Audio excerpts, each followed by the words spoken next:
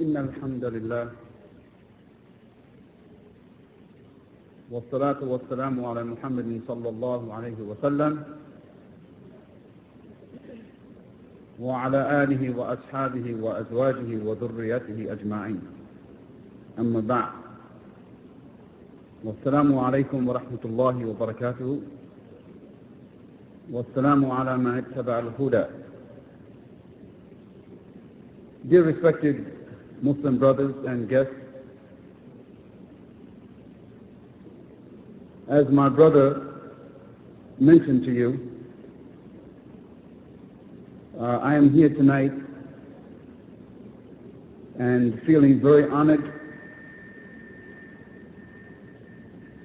to have this opportunity to address you on this topic. And I want to say that this is not a lecture. I don't think that I'm prepared to lecture, but it's sort of an advice to myself even, because I see myself sitting in these chairs in front of me.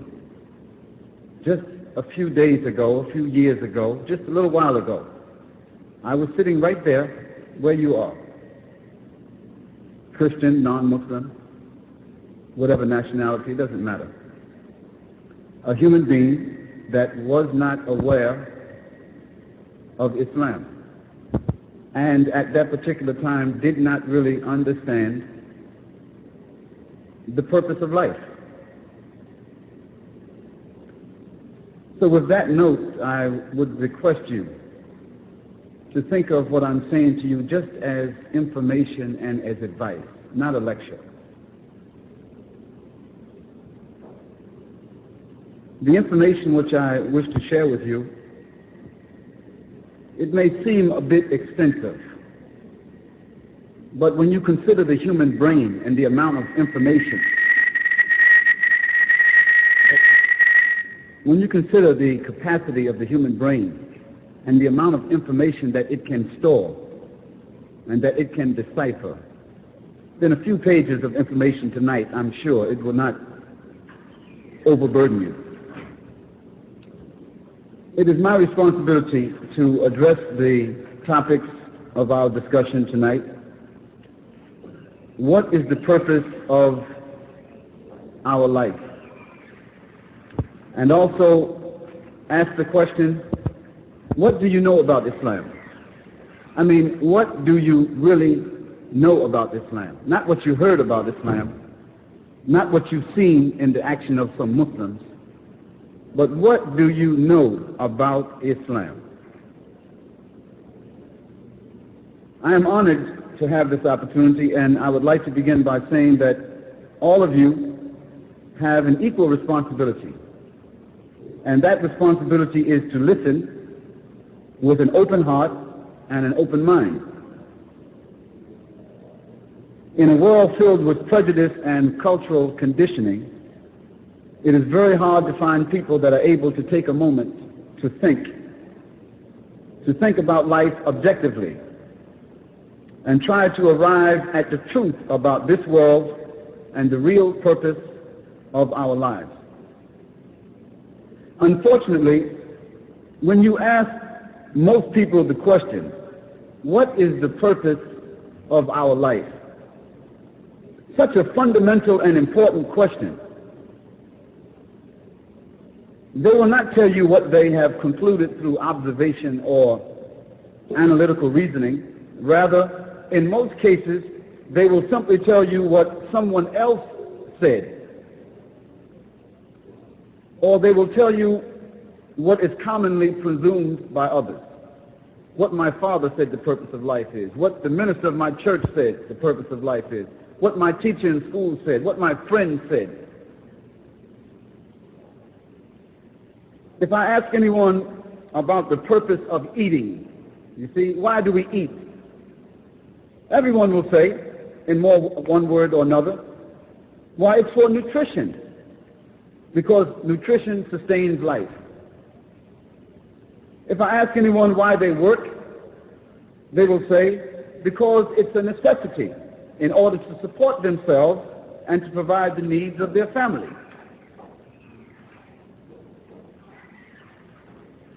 If I ask anyone why they sleep, why they wash, why they dress, etc., they will answer, this is a common necessity for all human beings. We can follow this line of questioning with 100 questions and receive the same or similar answers from anyone in any language, in any place in the world. Simple. Then I ask you the question, why is it that when we ask the question, what is the goal and the purpose of life, that we get so many different answers? It's because people are confused. They don't really know. They're stumbling in the dark. And rather than to say, I don't know, they just offer any answer that they've been programmed to answer. Well, think about it tonight. Is our purpose in this world simply to eat, sleep, dress, work, acquire some material things, and enjoy ourselves? Is this our purpose? Why are we born? What is the object of our existence? And what is the wisdom behind the creation of man and this tremendous universe? Think about that question. Some persons argue that there is no proof of any divine origin. There's no proof that there's a God.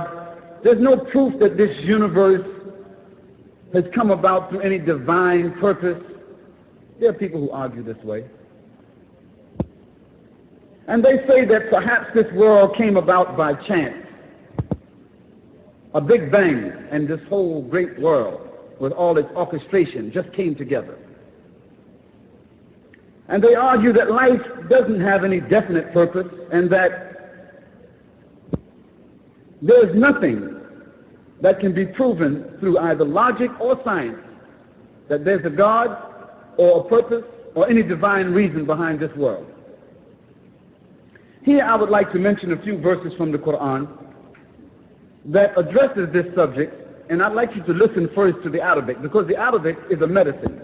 While you're listening, you're getting the medicine. After that, I'll offer the transliteration. أعوذ بالله من الشيطان الرجيم بسم الله الرحمن الرحيم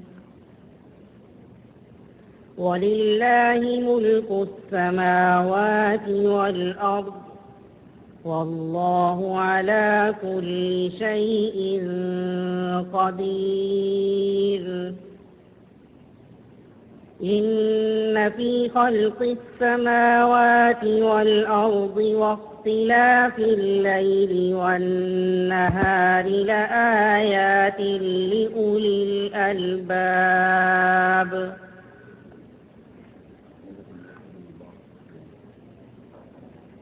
الذين يذكرون الله قياما وقعودا وعلى جنوبهم ويتفكرون في خلق السماوات والأرض ربنا ما خلقت هذا باطلا سبحانك فقنا عذاب النار.